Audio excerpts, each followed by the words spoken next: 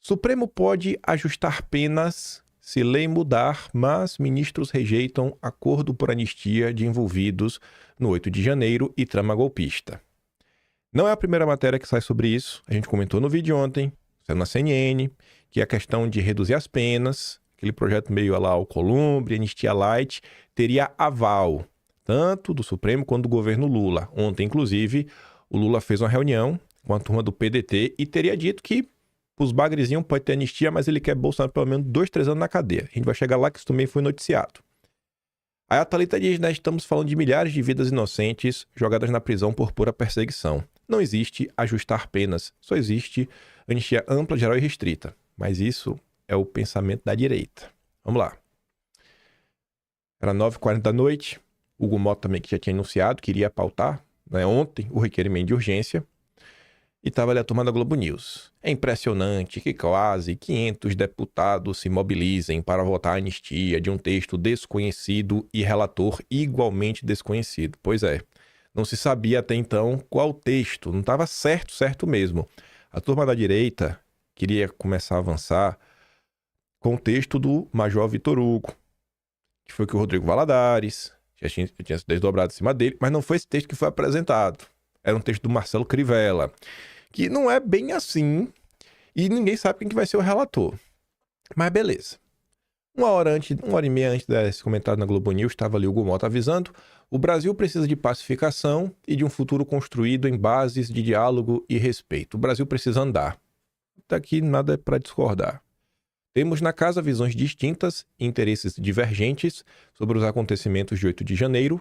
Cabe ao plenário soberano decidir. Bom, aqui já tem um ponto para pontuar.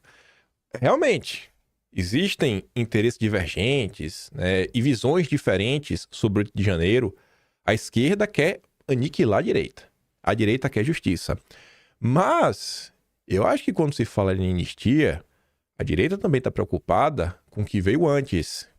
Porque o que veio antes, a depender do que for aprovado, vai continuar na pista. Como, por exemplo, o inquérito das fake news, que inclusive pode ser utilizado no ano que vem nas eleições, em especial contra candidatos que irão disputar o Senado. Então, coloca assim bem claro só a questão do Rio de Janeiro, espero que seja só um tweet. Eu espero que o texto contemple toda essa perseguição que acontece contra a direita, porque realmente a perseguição tem que chegar ao fim. Portanto, vamos hoje pautar a urgência de um projeto de lei do deputado Marcelo Crivella. Se for aprovada, um relator será nomeado para que possamos chegar o mais rápido possível a um texto substitutivo que encontre o apoio da maioria ampla da casa. Como presidente da Câmara, minha missão é conduzir esse debate com equilíbrio, respeitando o regimento interno e o colégio de líderes. E foi lá. Foi aprovado, 311 votos, 166 deputados votaram contra. Isso daqui é só para votar com urgência. E o que é que isso significa? Que não vai passar pelas comissões. Vai direto para o plenário. Então, a votação muito mais rápida, né? Ela tramita com muito mais rapidez. E agora começam alguns poréns. E aqui tem que dosar um pouco de expectativa e realidade, inclusive com relação ao tempo. O Marcos Polo ontem gravou um vídeo. Dá até para dar play no próprio vídeo dele lá, aqui no Twitter dele. E esse tipo de postura é algo que eu realmente gosto de ver nos parlamentares, que é o que eu falo, que eu acho que as pessoas e os nossos parlamentares deviam ajudar as pessoas a se politizarem. Marcos Polon. Eu acho que o Polon acaba por fazer isso, né? Vamos aqui ouvi-lo. Passou a urgência da anistia. E agora, o que acontece? O pessoal já volta para casa? Não, isso aí foi um passo de vitória. O primeiro passo era conseguir as assinaturas para apoiamento. Demorou bastante e a gente conseguiu. Depois, pautar a urgência. Conseguimos. Depois, votar a urgência. Conseguimos. Voto sobrando, quórum de PEC. Agora, precisa ser construído um texto de mérito, porque o texto apresentado é de anistia ampla, total e restrita.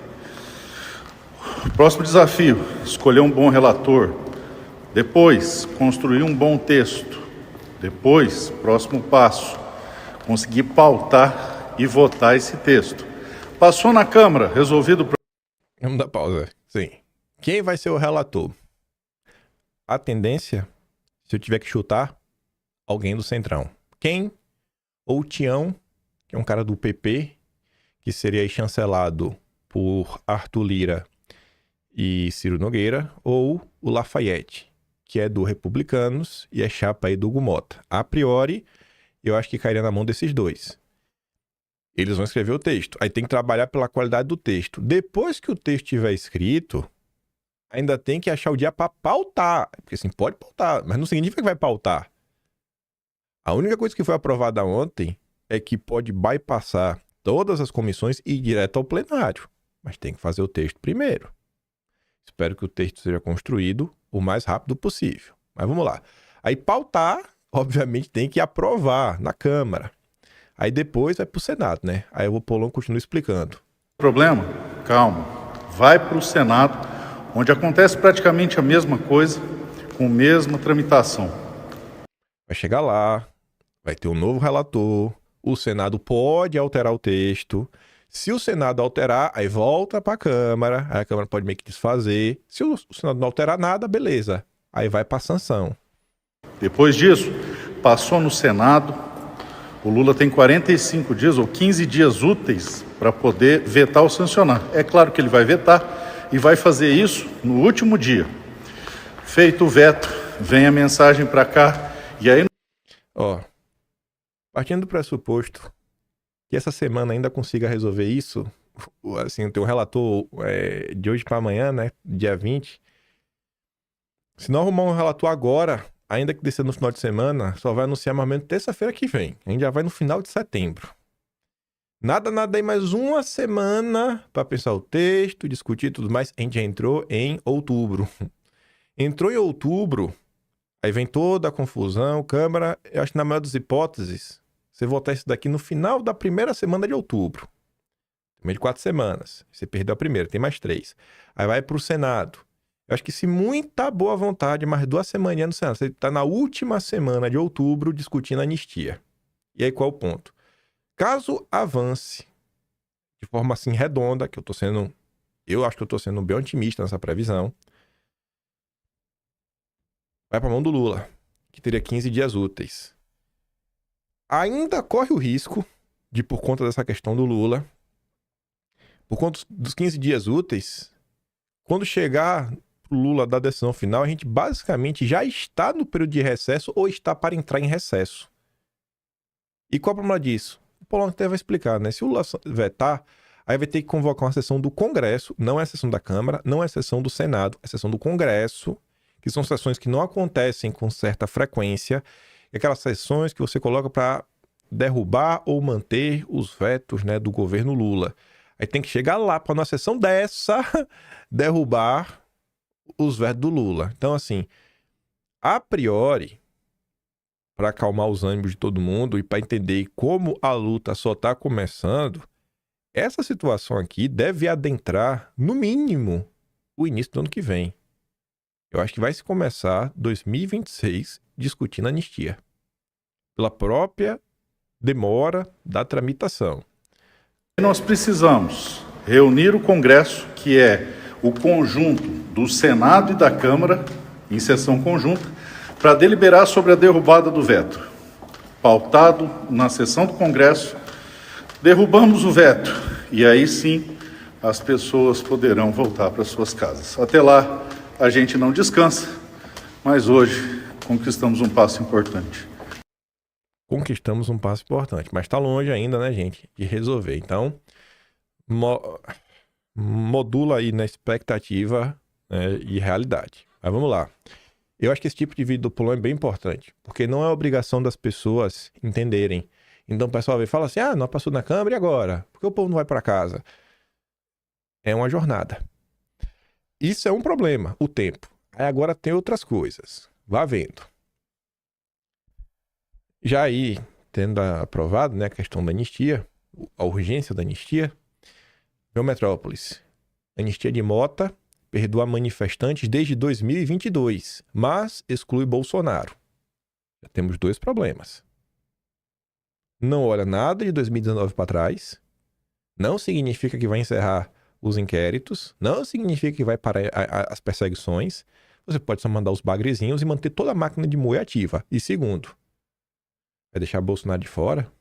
Heleno, Braga Neto, todo mundo lá? Ramagem, Anderson Torres, Garnier, Paulo Sérgio? O dia começa com mais uma matéria, porque ontem a gente falou sobre isso, anteontem a gente falou sobre isso, e já tem algumas semanas que vem se falando sobre isso, que o objetivo do Centrão não é avançar com a anistia, é por outros caminhos. Era 6h20 da manhã e André Sadi estava ali, ó. A PEC, que aumenta a blindagem judicial de parlamentares, e plano do Centrão para rifar Bolsonaro e alçar Tarcísio em 26. Enquanto aprova a chamada PEC da blindagem, Centrão negocia anistia branda para golpistas que mantém a Bolsonaro inelegível, abrindo caminho para Tarcísio. E olha só, sem querer desanimar ninguém, o passo que foi dado ontem é nessa direção, da anistia light. Tanto que o Hugo Mota já partiu do texto do Crivella, não do Vitor Hugo. Aí o Gloves comenta, né? Mídia confirmando que já disse aqui várias vezes. Bolsonaro é um preso político, refém do Centrão, cujo resgate custaria seu capital político. Mas parece que deram um ok para jogar Tarcísio contra bolsonaristas. Quem será, né? Zé Ri escondido. Aí, 11h30 da manhã, volta Raquel André Sadi. Sem anistia, Centrão busca aval do Supremo para reduzir pena de Bolsonaro em 6 anos. Olha como eles são bonzinhos. E confirma o que o Metrópolis falou de noite, né? Bolsonaro tá de fora. Agora, Bolsonaro só ficará 21 anos preso. Ministros ouvidos pelo blog não se opuseram à proposta, desde que o Centrão abandone a pauta da anistia. É para meter Bolsonaro só 6 anos a menos? Tá de boa. 21 é um nome bom. Se for 22 é até melhor que o nome do partido dele. Eles adoram assim, uma votação simbólica. Um número simbólico. A Sarita comenta, a proposta do Supremo e de parte do Centrão é abandonar a anistia e reduzir a injusta pena de Bolsonaro em apenas 6 anos. Aí, 8 da noite, enquanto o Hugo Mota anunciava que ia pautar, a Folha de São Paulo noticiava que Centrão fecha acordo sigiloso com a ala do Supremo por domiciliar para Bolsonaro redução de penas e rejeição de anistia. O que corrobora com o que André Sadi está falando. Bolsonaro continuará preso e eles são tão bondosos que agora Bolsonaro só ficará preso em casa. Meu Deus, como eles são bonzinhos. Proposta não dependeria de recuo do PL, há um perdão amplo para os condenados por trama golpista. Negociação prevê que Bolsonaro cumprirá prisão em casa por motivos de saúde. Integrantes do Centrão, liderados por Hugo Mota, fecharam de forma sigilosa os termos de um acordo com a ala de ministro do Supremo, como alternativa a uma anistia ampla aos condenados por tentativa de golpe de Estado. O acerto foi feito às portas fechadas e está sendo negado publicamente por ministro da Corte. A Folha apurou que o acordo envolve a votação de um projeto que reduza penas pelos atos golpistas, a garantia de que o ex-presidente poderá cumprir pena em regime domiciliar e a rejeição de qualquer forma de perdão pelos crimes julgados pelo Supremo. Não é anistia. Não é anistia o que está sendo discutido. Esses pontos foram discutidos em uma série de conversas envolvendo políticos de partidos do Centrão e ao menos 2 ministros do tribunal. A concretização do acordo depende agora do aval dos bolsonaristas, a essa negociação. O partido do ex-presidente sustenta que só aceita uma anistia ampla e restrita que tire Bolsonaro da prisão. Ministros do Supremo demonstraram contrariedade com a possível aprovação de um regime de urgência para o projeto da anistia, mesmo que depois ele seja utilizado para aprovar o texto com a redução das penas. Qualquer movimento no Legislativo a favor de um perdão obrigaria o Judiciário a reagir, afirmaram os ministros às interlocutores do Centrão. Como consequências, Mota separou o projeto, que era definido pelos bolsonaristas, protocolado em 2022 pelo ex-deputado Major Vitor Hugo, do projeto que teria o regime de urgência votado nesta quarta. O novo texto é do deputado Marcelo Crivella, que ainda deve ser modificado por um relator que tenha alinhamento com o Supremo. Deputados dizem que uma anistia, se aprovada, poderia ser rejeitada por Lula e seria declarada inconstitucional pelo Supremo. Já a redução de penas, embora não agrade totalmente aos ministros, não seria vista pela Corte como ilegal, nem uma afronta direta à condenação de Bolsonaro. Lula também afirmou em almoço com integrantes do PDT no Planalto, no Paço da Alvorada, nesta quarta, que não se opõe à redução de pena dos condenados por atos golpistas, segundo 3 políticos relataram à reportagem. De acordo com eles, Lula afirmou ainda que ficou preso por 580 dias e sabe que isso não é fácil. Na segunda, o petista se encontrou com Mota. Essa matéria traz alguns números, falando com os 2 ministros do Supremo, falando com 3 pessoas que estiveram com Lula. Lula citou 580 dias. Não parece uma matéria que tirou do nada. E continua. A Folha teve acesso a uma versão preliminar desse novo texto negociado pela Câmara. A proposta deve passar por modificações até ser protocolada. Parte dos ajustes feitos por sugestão de ministros do Supremo para correção de imprecisões, nas palavras de um negociador. Quem está escrevendo o texto é o Supremo. Será que isso aqui realmente é uma anistia? Tem que comemorar. Tem que realmente pautar o requerimento de urgência. Mas qual é o texto? Mais do que o relator, qual é o texto? Qual é o texto? É anistia mesmo? Ou não é? Vai acabar a perseguição ou não vai? Essa minuta não prevê diferenciação entre organizadores e participantes, nem eleva as penas para os organizadores ou financiadores. A proposta reduz a pena de crime de abolição violenta do Estado Democrático de Direito de prisão de 4 a 8 anos para entre 2 e 6. Já o crime de golpe de Estado, hoje com prisão entre 4 e 12, iria para 2 a 8. Além disso, as punições por esses 2 crimes não se somariam mais. Seria excluído o crime menos grave. Então, pelaquela matemática, quem foi, condenado para 14 anos deve cair por quê? Por um 6. Aí tem aquele negócio de cumprir um 6 de pena. Como todo mundo já ficou preso mais ou menos 1 ano, fala, já pode ficar em semiaberto. Pode ir, né? Vai pro semiaberto. Isso é anistia? Isso aqui é anistia? Além disso, a minuta também determina que os acusados de agir em contexto de multidão só serão punidos se houver demonstração efetiva de que atuavam combinados com o articulador do golpe de Estado ou tentativa de abolição da democracia. Isso ajudaria a livrar parte dos condenados pelo 8 de janeiro que não tenham comprovação de depredação ou atuação mais ativa na organização dos atos. Vem a Globo News, depois da aprovação, também para ratificar